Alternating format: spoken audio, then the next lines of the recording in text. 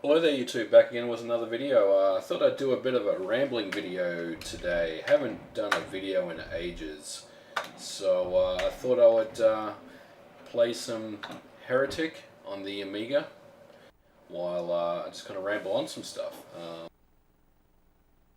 Yeah, so let's jump into the game here. Let's start killing these demon things. I thought this would be kind of apt, I guess, for Halloween, which is just a few days away. Anyway, this is Heretic, and this is a really cool game. It's probably pretty well known, but there may be some folks out there, some of the younger viewers, I guess, that I have, that may not know about this game.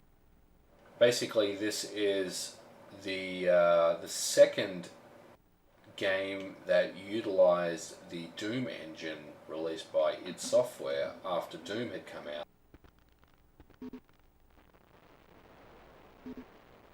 It came out, I believe, this game came out in 94. Doom probably came out in, I'm gonna say like 91 maybe, 92, around there.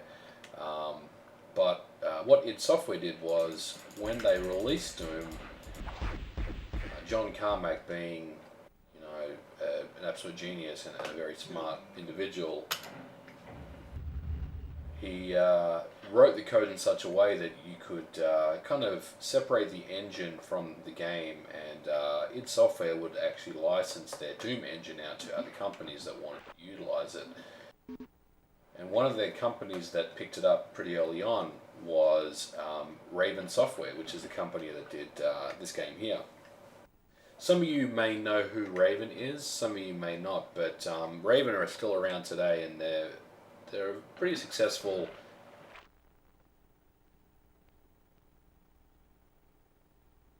They did the sequel to this, which was called Hexen, which used the same Doom engine, the ID Tech Engine version 1, I believe.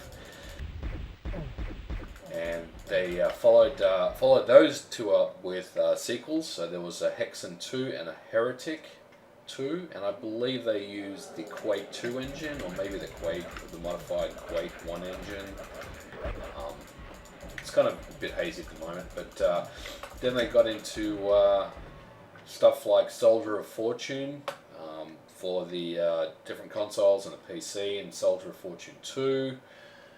They did some X-Men games, and I think the one that they're kind of most well known for, as far as modern day stuff goes, is Quake 4, which was, I think it was a launch game for the Xbox 360. If it wasn't a launch game, it came pretty damn close. But yeah, they're still around today, and that they obviously like to take on id Software's engines and make their own games out of them.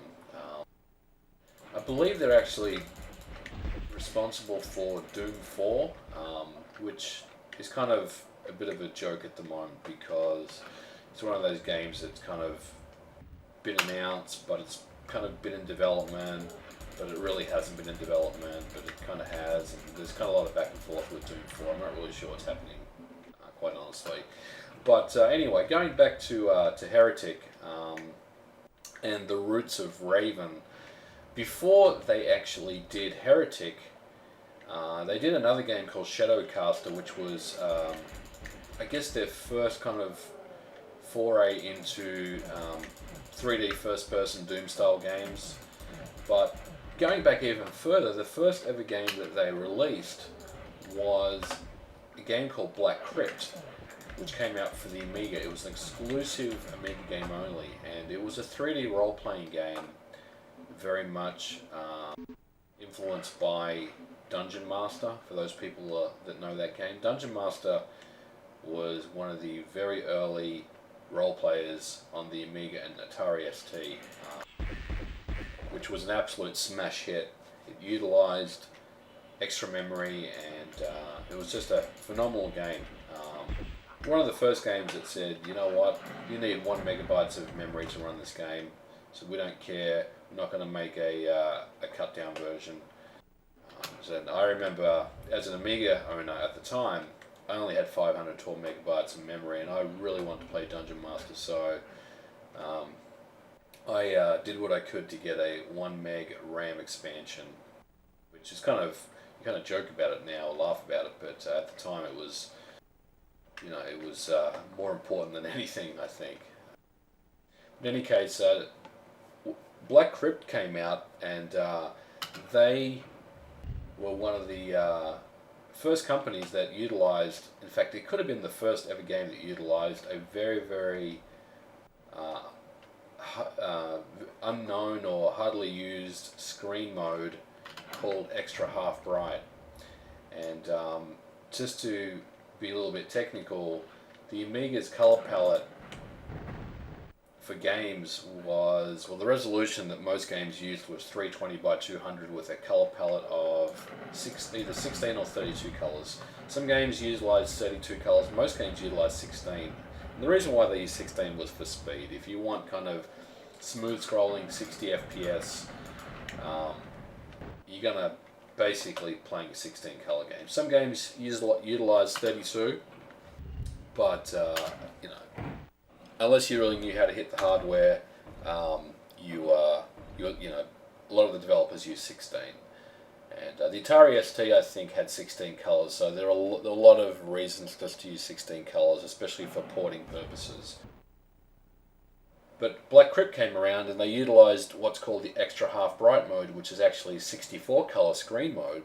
And it's a bit of a hardware hack in that what it does is it utilizes the color palette that the screen mode has, 32 colors, and it doubles it, and every subsequent color is half the color value of its original color. So basically what that means in kind of layman's terms is if pure white is one of the colors you have in your color palette, there's going to be a half white or a gray associated with that color.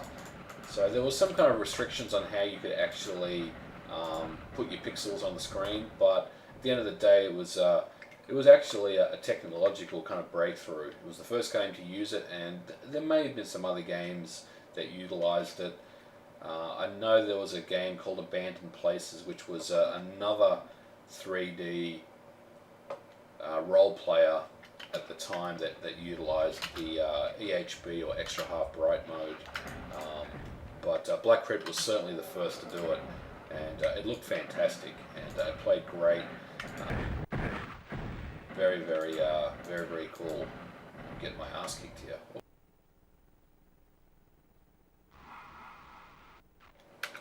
So yeah, they were the first to utilize it, and from a very early time period, you could tell that they were very, very smart as far as developers go, and the stuff that they did. I think they, even going further back, there were a bunch of old kind of demo coders and stuff that did scene demos and things like that. So they've certainly been around. I remember Black Crypt was actually the only Amiga game that they had ever released, and they moved on to the PC pretty early on. I guess they saw the writing on the wall as far as the Amiga goes, that it wasn't going to be a viable product going forward, so they abandoned it pretty quickly, much to the dismay of a lot of people at the time. They were very, very unhappy. People were very unhappy about that, and I think there were petitions going around calling for them to come back and do stuff, but they were well and truly done by then. I remember I think once Wolfenstein had come out, and certainly Doom, they were done. And they realized that these style of games at the time, the first-person Doom style games or Doom engine games, were where they were going to make their money. And from a business standpoint, they were absolutely correct. They're still around today, and they're still doing what they do, which is fantastic for them, because we've obviously seen a lot of development shops come and go, especially in the last couple of years, where it's been very cutthroat industry. If you're not bringing out Call of Duty or Halo or kind of franchise games that people like to pick up year after year for Christmas, then you're a bit of a high risk. But Raven's been around for a long time, and they certainly know what they're doing, and I'm sure they've had their humps and they've been beaten around quite a bit, but they're still around and they do what they do. They do what they do best, and they're a smart bunch of individuals, that's for sure. So anyway, like I said, yeah, this is Heretic, and this is, I guess, the roots of Raven Software right here, fellas. And just going back to this game, it's in essence, this is just a Doom game. You've got your weapons and you run around and you pull switches and you pick up keys and you unlock different parts of the dungeon. But it's kind of got RPG elements to it as well. And Hexen took that even further, which is pretty cool. So I like the demonic and the kind of the theme to this game. It's very, very cool. And it's one of those games you can kind of pick up and play. And I'm getting my ass kicked here. And I got to start the level again. I didn't actually save my game. I think I'm gonna just leave it here for the moment, guys. Yeah, just sort of do a bit of a ramble about Raven Software, Heretic, the origins of Raven, and these types of games. Like I said, there may be some subscribers I have that haven't seen these games before, so thought I would give you a bit of a taste of some old school PC gaming, I guess, even though, like I said, I'm running this on my A1200.